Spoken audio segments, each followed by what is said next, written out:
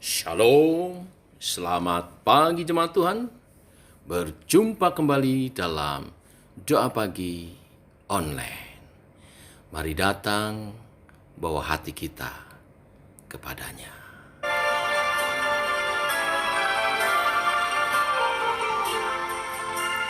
Bapa, lembutkanlah hatiku untuk dapat lebih mengasihimu.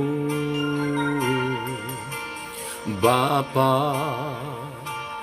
bentuklah diriku untuk dapat menjadi saksimu dan mengerti rencanamu di dalam hidupku. Jadikan aku semakin indah di hadapanmu. Terima kasih Yesusku, terima kasih Yesusku. Puji syukur hanya bagi Tuhanku. Terima kasih Yesusku, terima kasih Yesusku. Puji syukur hanya bagi Tuhanku. Puji syukur Tuhanku, terima kasih. Bapa, lembutkanlah hatiku untuk dapat lebih mengasihimu. Bapa, bentuklah diriku untuk dapat menjadi saksimu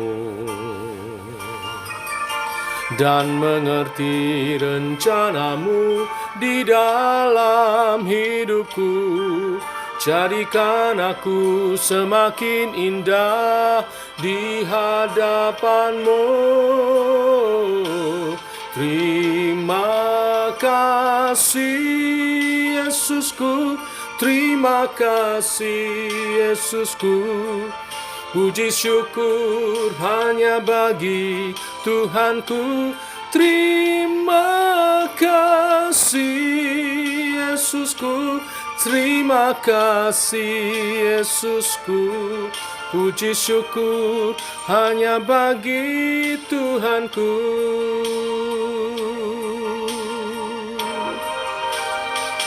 Terima kasih Yesusku, terima kasih Yesusku. Puji syukur hanya bagi Tuhanku. Terima kasih Yesusku, terima kasih Yesusku. Puji syukur hanya bagi Tuhanku. Puji syukur hanya bagi Tuhanku. Puji syukur hanya bagi Tuhanku.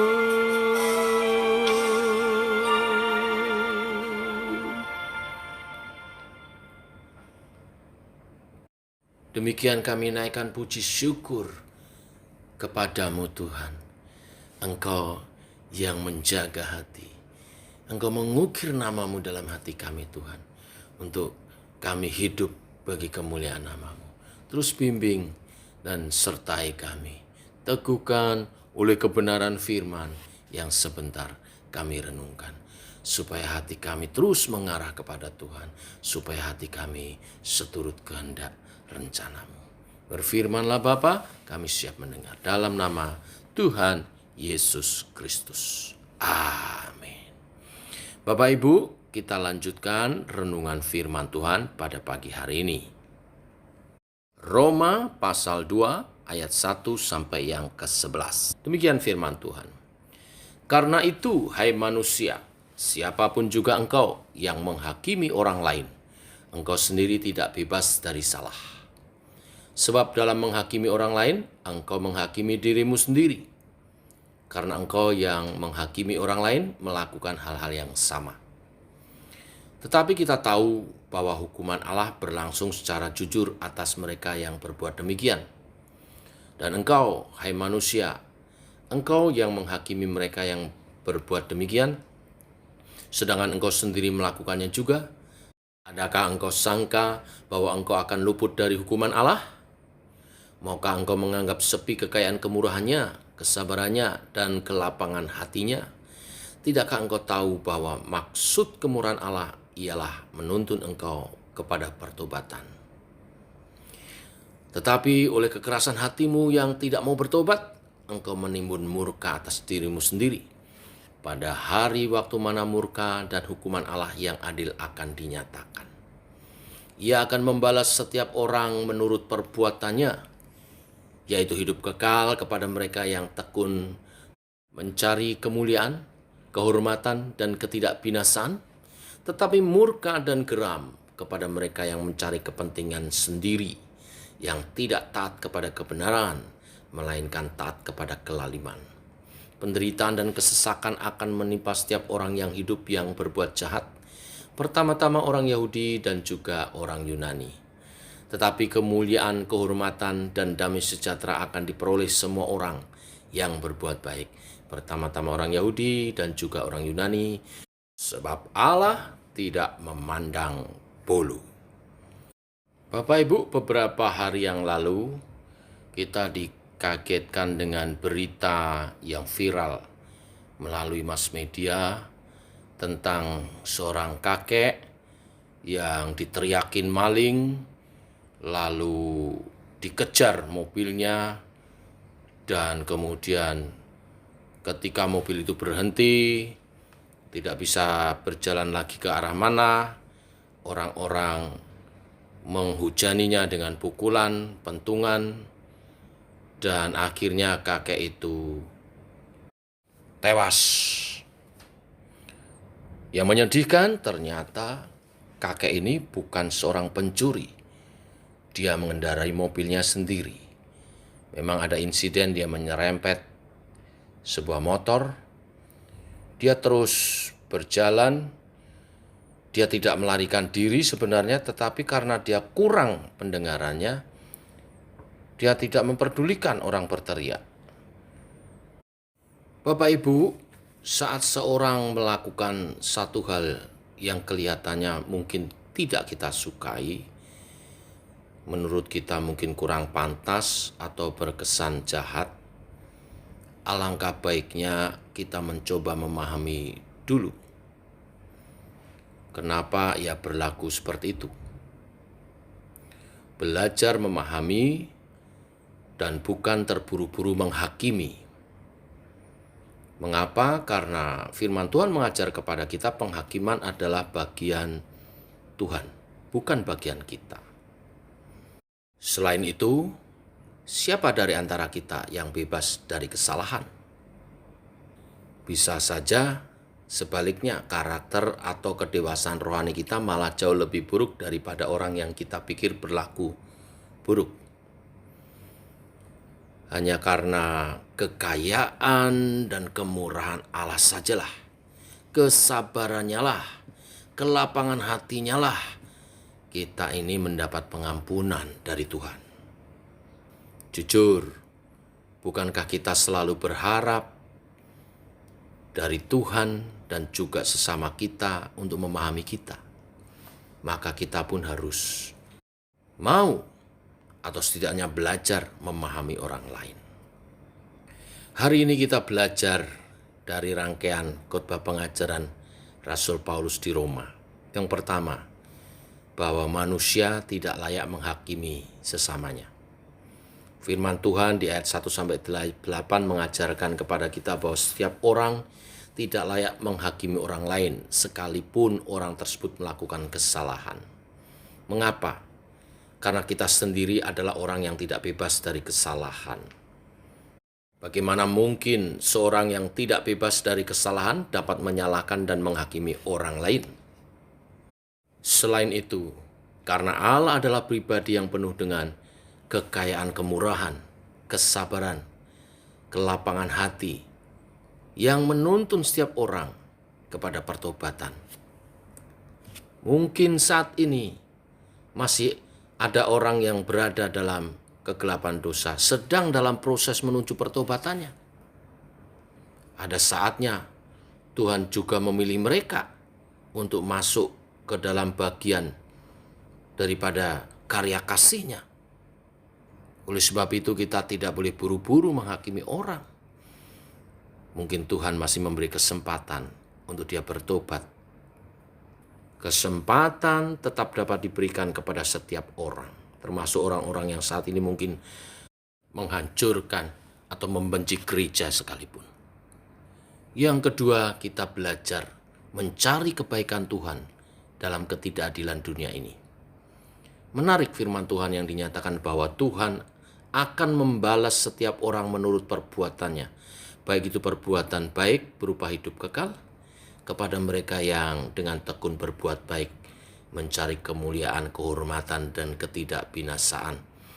Tetapi murka dan geram kepada mereka yang mencari kepentingan sendiri, yang tidak taat kepada kebenaran, melainkan taat kepada kelaliman.